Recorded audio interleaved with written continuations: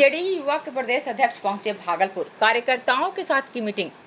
बिहार की युवा शक्ति को एक साथ पिरोने के उद्देश्य से आज जेडीयू के युवा विंग के प्रदेश अध्यक्ष दिवांशु भारद्वाज भागलपुर पहुंचे और संगठन के कार्यकर्ताओं के साथ मीटिंग की। उन्होंने बताया कि पार्टी नेतृत्व के निर्देश पर वे बिहार के सभी जिलों का दौरा कर रहे हैं और युवाओं को पार्टी से जोड़ने का प्रयास कर रहे हैं। उन्होंने कहा कि यह पहले प्रदेश के मुख्यमंत्री के नेतृत्व में बिहार को आगे ले जाने और युवाओं की भागीदारी सुनिश्चित करने की है।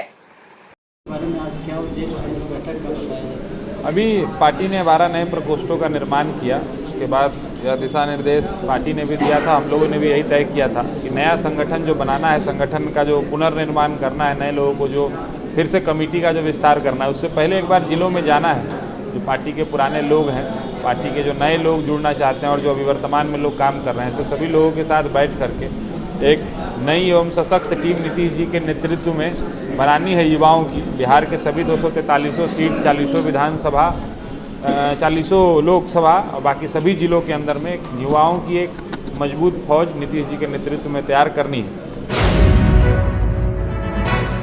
1.5 हाथ जमीन को लेकर हुए विवाद में व्यक्ति की गोली मारकर की हत्या। भागलपुर जिला के नाथनगर थाना क्षेत्र के रशीदपुर दियारा में 1.5 हाथ जमीन को लेकर उपजे विवाद में कल देर रात बैजनाथ मंडल की गोली मारकर हत्या कर दी गई। इस मामले में बैजनाथ मंडल की पत्नी ने नाथनगर थाना में प्राथमिकी दर्ज कराई है। पिछले 10 वर्षों से मात्र 1.5 हाथ जमीन का विवाद चल रहा था। बैजनाथ मंडल मुंगेर के ऋषि कुंड में रहता था। कुछ दिन पूर्व ही अपना घर बनवाने के लिए रशीदपुर दियारा आया था। पुलिस ने मामले की जांच शुरू कर दी है।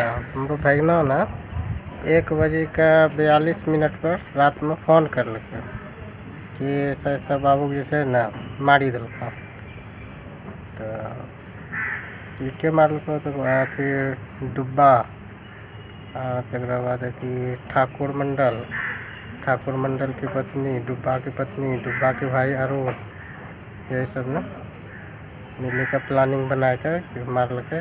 और पहले जैसे एक दिन सब ना अपना सब बच्चा बुतरू सबका बाहर भेजे का, फिर बाद रात का अंजाम देते। मुझे लिया था जमीन, नहीं लिखाया पहले और मही में बंटवारा किया, कैसे मेरा पापा से चला गया थे और वही में खोज रहा है आधा हिस्सा। वो कौन था जिससे विवाद था? पितिया था, पितिया ही था, गोतिया ही था? गोतिया था, मेरा पापा के भाई था, चचेरा। अच्छा, चचेरे भाई मार दिया? चचेरे भतीजा मारा। क्यों मारा? जमीन के लिए। कितना जमीन के लिए?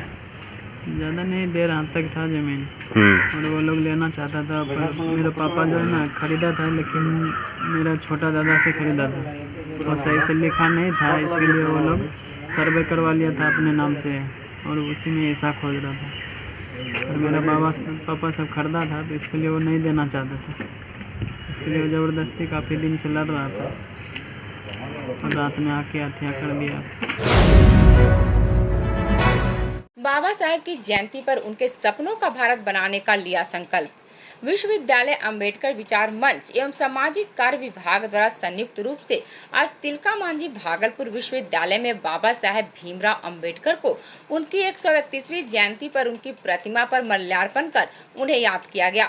इस दौरान कार्यक्रम में उपस्थित लोगों ने बाबा साहेब के सपनों का भारत बनाने का संकल्प लिया। इस दौरान डॉक्टर चंदा कुमारी द्वारा लिखित पुस्तक उत्तर वैदिक काल वर्णाश्रम और महिलाओं की स्थिति का विमोचन भी किया गया।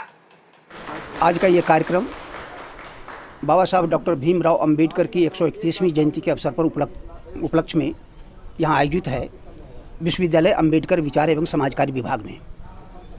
हमारे बीच में उपस्थित हैं विश्वविद्यालय के अधिकारी, छात्र कल्याण संघ का अध्यक्ष, कुलानुशासक, कुल सचिव और पूर्व के छात्र कल्याण संघ का अध्यक्ष उपेंद्र शाह जी। ये कार्यक्रम पूरे देश भर में हो रहा है, जैसा कि आप जानते हैं। इस अवसर पर भारत के सभी नागरिकों, भागलपुर के नागरिकों, सभी बुद्धिजीवियों को हार्दिक बधाई और शुभकामनाएं देता हूं। हम सभी जानते हैं कि बाबा साहब डॉक्टर अम्बेडकर ने भारत के निर्माण के जो सपने देखे थे, आधुनिक भारत निर्माण के जो सपने देखे थे, राष्ट्र निर्माण के जो सपने देखे थे, वो अभी तक अधूरा है।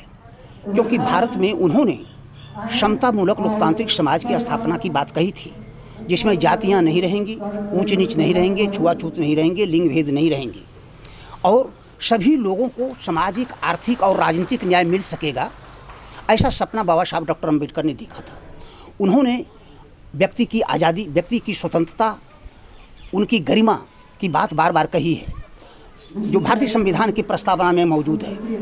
हम उनके सपनों के भारत का निर्माण करने में लगे हुए हैं, अभी तक हो नहीं पाया है। हम आज जयंती के दिन संकल्प लेते हैं कि उनके सपनों का भारत हम बनाएंगे और भारतीय संविधान की रक्षा करेंगे।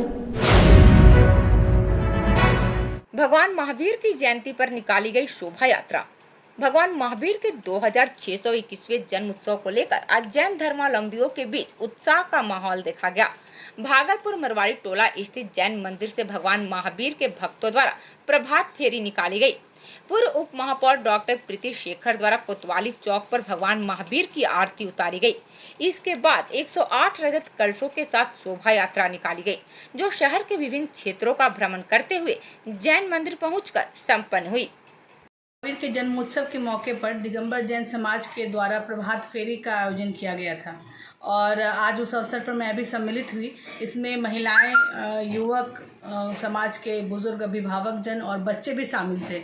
आज मैं अपनी ओर से सभी जैन समाज के सभी लोगों को और समस्त भागलपुर वासियों को भगवान महावीर के जन्मोत्सव की बहुत बधाई देती हूँ। पिछले 2 वर्ष से कोरोना काल के कारण कोई भी आयोजन नहीं संभव हो पा रहा था, लेकिन कोरोना के घटते प्रभाव से अब समाज में हर प्रकार के आयोजन हो रहे हैं। ये खुशी की बात है और ईश्वर करे कि सबों की खुशी यूं ही बरकरार रहे और लोग अपने सभी इस प्रकार के आयोजनों को धूमधाम से मनाएं।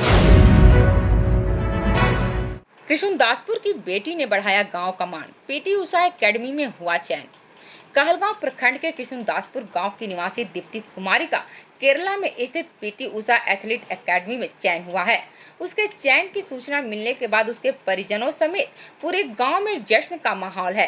केरला स्थित पीटी उषा एकेडमी में सेलेक्ट होने के बाद दीप्ति को काफी कठिन टेस्ट से गुजरना पड़ा, क्योंकि वहां देश के विभिन्न कोनों से बहुत सारी लड़कियां प्रतियोगिता में हिस्सा लेने आई थी। दीप्ति का चयन होने के बाद स्वयं पीटी उषा ने उसे बधाई दी और साथ में फोटो भी खिंचवाया।